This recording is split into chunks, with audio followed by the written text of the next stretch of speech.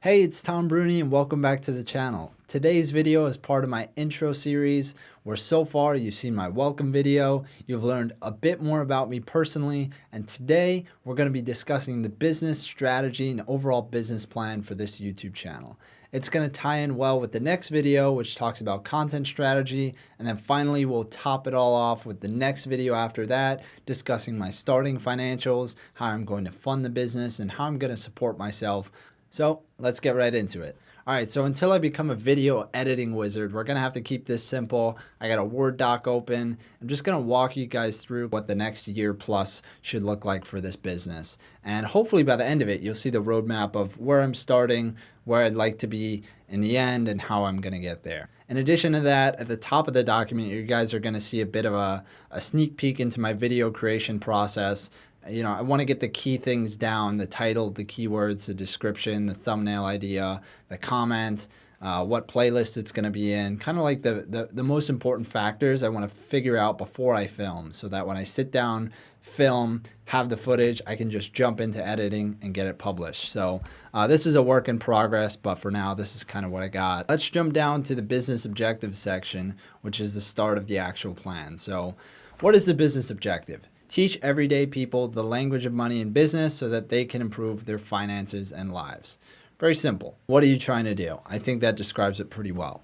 So what's the problem as I see it? Well, people do not understand money and its related topics, at least not well enough to be able to take full control of their financial lives.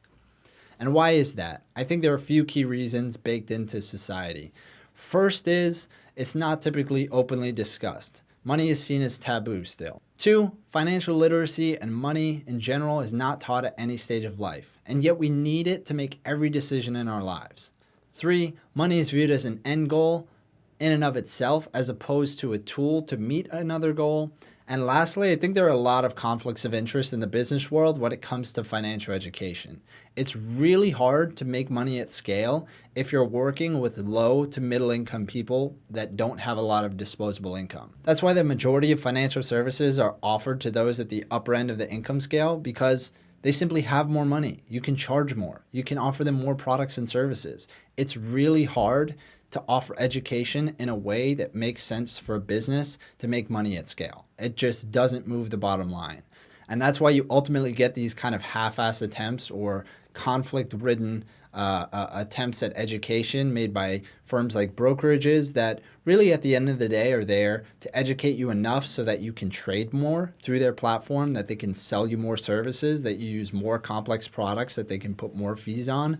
And so I don't think there's a pure play in the system, and a lot of that is falling on individual creators to help people really learn the language of money and understand how to use it to their advantage. So what's the solution? Well, I think at the scale I'm operating, it's free and practical education delivered by an authentic and transparent person or team. And how am I going to accomplish that?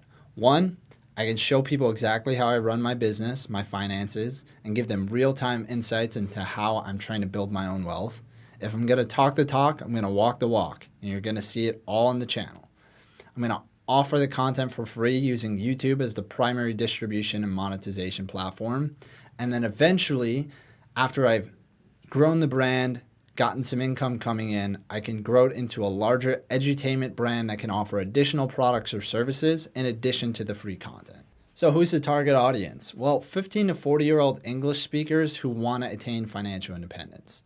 That's my audience, because anyone above 40 is probably not watching YouTube. Anyone below 15 probably doesn't know enough or really have an incentive to want to learn this stuff. They're kids. Really, the 18 to 35 range is going to be the sweet spot, because during all of those ages, when you go off to college, get your first job, buy your first house, get in a relationship, these are all things that involve big money decisions. And so at those different aspects of their life, people are going to need guidance and education. And if you can capture them early enough in their life cycle, you can serve them a lifetime worth of knowledge and grow with them as their financial needs and education change.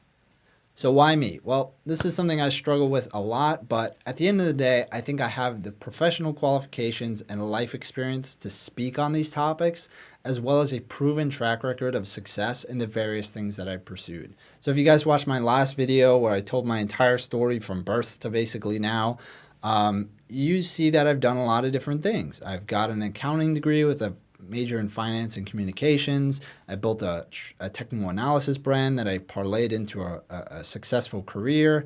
I've gotten 2 certifications professionally. I was a top performer at a Big 4 accounting firm. You know, I helped grow an independent research firm into something awesome. And I helped my parents tackle their own debt and grow my own finances at the same time, while not depriving myself of the basic enjoyments in life. So I do have experience both at the professional and the personal level to be able to speak to these topics. And I think that as a 27-year-old that's just trying to figure it out, I think I can really connect with the audience and show them that I'm just like them. I'm not doing anything extraordinary. I'm just taking basic steps each day to improve my own situation. So that's why me. All right, before we move on, I want to take a quick second to bring on a special guest to personally thank the 10 subscribers that I have as of recording this video. Take it away. Thank you! All right, that was awesome. Can't believe we got Michael Scott, most notable for his role as Steve Carell in The Office. If you didn't get thanked this time, make sure to click the subscribe button down below to join those who get thanked in the next video by somebody cool.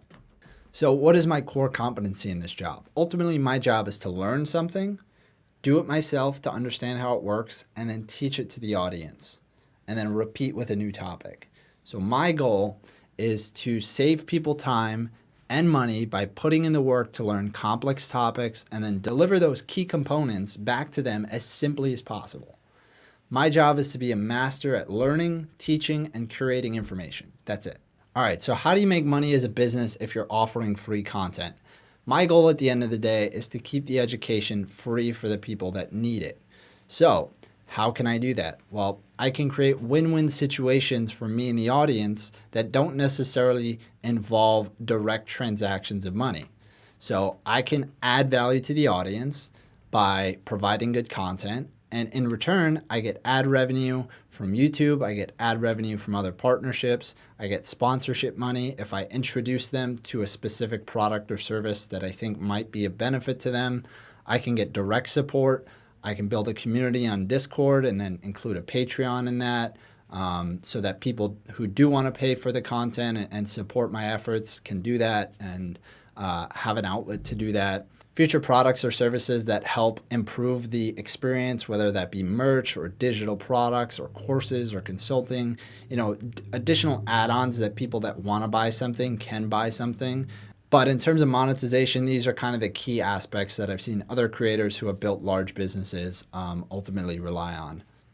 And in terms of acquisition strategy, getting in front of people and converting them into my audience, well, really, it's just about consistently adding value and creating valuable content. So I want to focus on 2 to 3 platforms max, really learn how those work, and deliver as much value as I can on those. And then collaborate with other YouTubers and other content creators. I can leverage my current network and network with new people and really create win-win opportunities for everybody by collaborating and delivering as much value as possible. Next, we've got the risks and headwinds / opportunities and tailwinds section. I think this is good to know from a macro and micro perspective, like what you're up against, what your opportunities are, and just so you can kind of go into a situation knowing exactly what you're doing. So for me, the macro risks are increased competition in the creator economy. Everyone's trying to leave their job and start a business and develop a viable audience in business. So it's definitely getting more crowded. A downturn in the overall economy puts pressure on discretionary income and advertising budgets. So a lot of the ways you monetize rely on a good economy and discretionary income from your audience. So that's potential risk if the economy turns down. From a micro perspective, my skill set is writing and market analysis. It's not necessarily creating pristine, awesome, nice videos. I think I can get there. But for right now, there's a whole new skill set for this particular job that I need to develop and that I'm developing currently that is a risk. I may not be able to develop those skills and perform as well as I need to in order to make this business a success. My strong network and reputation in the investing space may not translate here. You know, the people I was writing research for are professionals who are in the market every single day, and that's very different than the audience that I'm trying to capture today. And the last one I think is really important that gets overlooked, but building something publicly and being the face of something on the internet opens you up to a lot of criticism and negativity. And you've seen tons of YouTubers make videos about taking breaks or getting off the platform just because there's so much negativity surrounding them. And that's a risk, like mental health wise, physical health wise, like, am I going to be able to handle being in the spotlight and having an audience that sees everything that I do, good or bad? And I don't know. I'd like to think so, but I guess we'll see. That is a risk. I think that's one of the major risks that a lot of people overlook. Opportunities and tailwinds. So from a macro perspective, the democratization of finance continues. Access to financial markets has increased. Financial education is not necessarily kept up with that. The trend of people turning to influencers and individuals for information and education over institutions is continuing. I think that's going to continue well into the future. I don't know a millennial that's or Gen Z that's walking into a bank for advice or opening direct mail from Citibank or any of these other institutions. You know, there's a lot of work to be done there. The infrastructure for the creator economy and the work from home economy has never been more robust, and it continues to expand. It's never been easier to monetize your passion and work from anywhere in the world. So I think that's super important. Lastly, from a micro perspective, my personal and business finances are in a good spot, so I could support myself for the next year without making any money. That's not the plan. Hopefully that doesn't happen, but I have enough savings so that I can support myself and support the business. Other revenue sources are available, whether it's in accounting, whether it's in finance, whether it's in any of the experience that I have. I can figure out a way to make money if I need to. It may not be exactly doing what I want to, but at the end of the day, if you got to pay your bills and support your business, I can make money some way. And then living near New York City is a big help. Opportunities from my network and from outside of my network are going to become available as I publish stuff, as people see what I'm working on. I know there are going to be inbound opportunities coming my way as long as I'm consistent and let people know what I'm working on. So that's the opportunities section. That's the risks. I think big picture that kind of outlines where my head is at and what the business needs to look out for. Then in terms of the macro goal, I think it's similar to most other people that are trying to build generational wealth and financial independence. You either build a business that generates cash for you or you get a job and then you invest in other businesses or other appreciating assets and the cycle continues. So for me, YouTube is that business. It's going to generate cash over time. That cash is then invested into, kind of other diversified business streams like laundromats, car washes, kind of recession-proof stuff that generates a lot of cash on a regular basis. And then I can use all of that cash that's generated to invest in other long-term appreciating assets like stocks, like cryptocurrencies, like other things outside of that. But for now, my main goal, I have zero income. I need to generate an income to support the business, to support myself, and ultimately to buy assets down the line. This is something else that I think is overlooked. Like, what does success look like? Like, what are you trying to achieve? I think a lot of business owners forget to do this part and they get very distracted because if you don't know where you're trying to head and what success looks like, then every opportunity looks like a good opportunity. So for me, my goal is to build the best free financial edutainment brand on the internet. Financially, generating about $300,000 to $400,000 a year in revenue and about $250,000 to $300,000 a year in income for myself would be a huge success. That would be great. I get to do what I love, I get to make a good living, and I get to support the kind of rich life that I defined for myself and my family. I share that more in the financial video that's coming up. But for now, just understand that for me, success and long-term financial health and wealth is about $300,000 in income per year. That's what's going to help me support my future financial goals. So that's what the business looks like. I'm not trying to build a $1 billion business. I'm not trying to sell this to a private equity firm. I'm not trying to have a quick win here and then move on to something else. I'm looking to build a sustainable small business that I can eventually grow into something great and support myself and my lifestyle for me and my family. So that's what success looks like for me. All right, the last section I want to outline is goals, both short-term and long-term. There are a lot of different ways to do this, but for me, having a timeline with a simple summary and then outcome goals mapped to what I'm going to do to achieve them is the best way to do it. That's what works for me.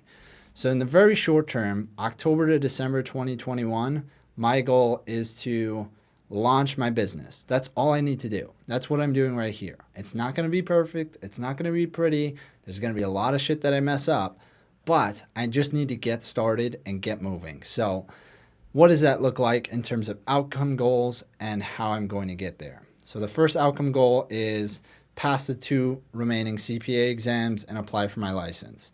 I studied 4 hours a day, 6 days a week. I've done that. Cool.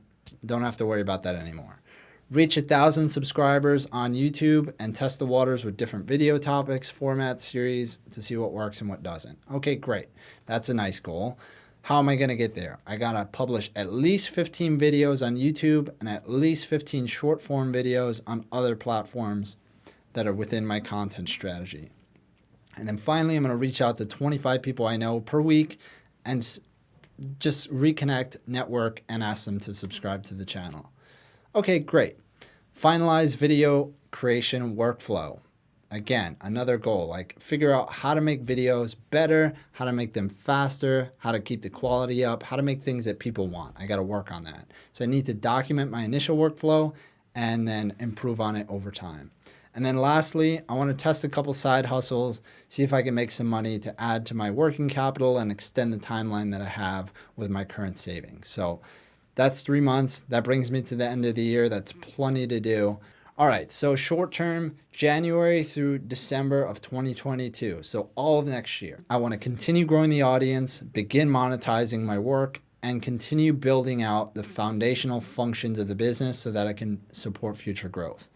I want to generate income outside of the business so that I can support myself and the business until it generates enough revenue to support itself.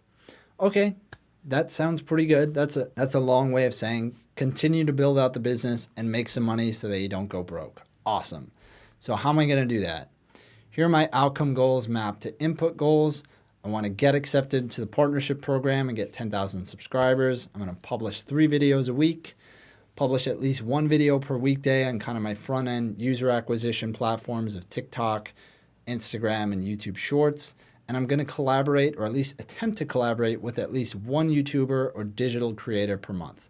So from an income perspective, I want to grow at least 3 income streams, make at least $6,000 a month by the end of June 2022, which covers my monthly business operating expenses and my living expenses, and then eventually grow it to $10,000 per month by the end of the year. How am I going to do that? Well, the first thing is I'm going to test some side hustles and create content from that. I've got a great series plan called the 0 to 100K Side Hustle Challenge, where I basically try all the shit that people say makes you money online, like Amazon FBA or driving Uber Eats, or basically any way that you can make money outside of your 9-to-5 job. I'm going to try it, see if it works, and create content from it. So not only am I helping my business on YouTube, but I'm also generating income for myself if these actually work. If I find a great side hustle, I'll keep doing that and add that to my income streams, right? Why not?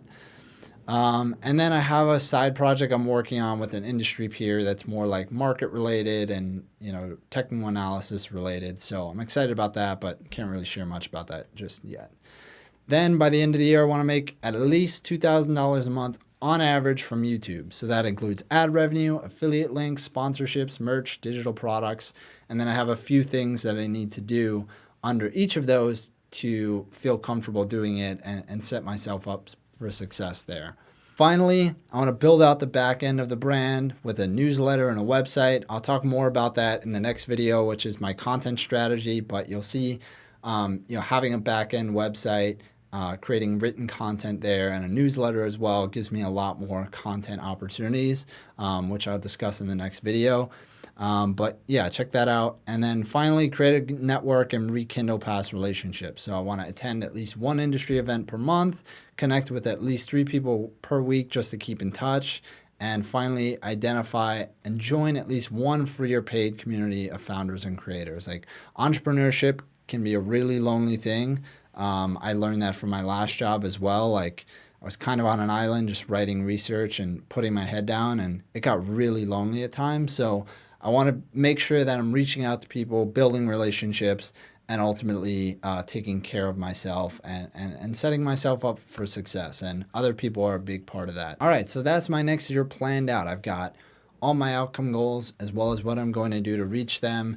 As you can see, I've got plenty to do. And this is a living, breathing document, right? And I'm literally a couple weeks into starting this business. So as I get more information, as I learn new things, as my experience grows, I'm going to have to adjust some of these. At the very least, it's important to have a general idea of where you're headed and what you're going to do to get there. And then you can make adjustments over time. And then lastly, in terms of medium-term and long-term goals, I think it's okay to understand what you're trying to build. Like, for me, by the end of 2024, I'd like to be making 25 grand a month, which is that $300,000 a year number that we discussed earlier. But in terms of planning out those years and what I'm going to do, I think that's a waste of fucking time. Like, there's no reason for me to spend any energy trying to understand what I'm going to be doing in 2023 and 2024 when I'm not even in 2022 yet. Like, the business and my life is going to look so different a year from now. So let me get through the next year, and at the end of 2022, I'll plan out what the next year looks like. All right, so that's my business plan. Like I said, I kept it simple. Usually I'm an overanalyzer, I'm an overplanner, but I wanted to keep the high-level points there, make it clear where I am today, where I'm headed, and what success ultimately looks like for me and how I'm going to get there. And now it's my job to just execute on this plan and see where things go. Like I said, a business plan for a content creator should also include a content strategy. That's something I'm going to be putting a video out on shortly, so check that out as well. But in the meantime, I hope you learned something. Let me know in the comments down below what the most interesting aspect is, or what you think I should change, or any of that cool stuff. Would love to hear from you. With that, make sure to hit the like button if you enjoyed, subscribe so you don't miss any future videos, and I'll see you guys back here for another video sometime soon.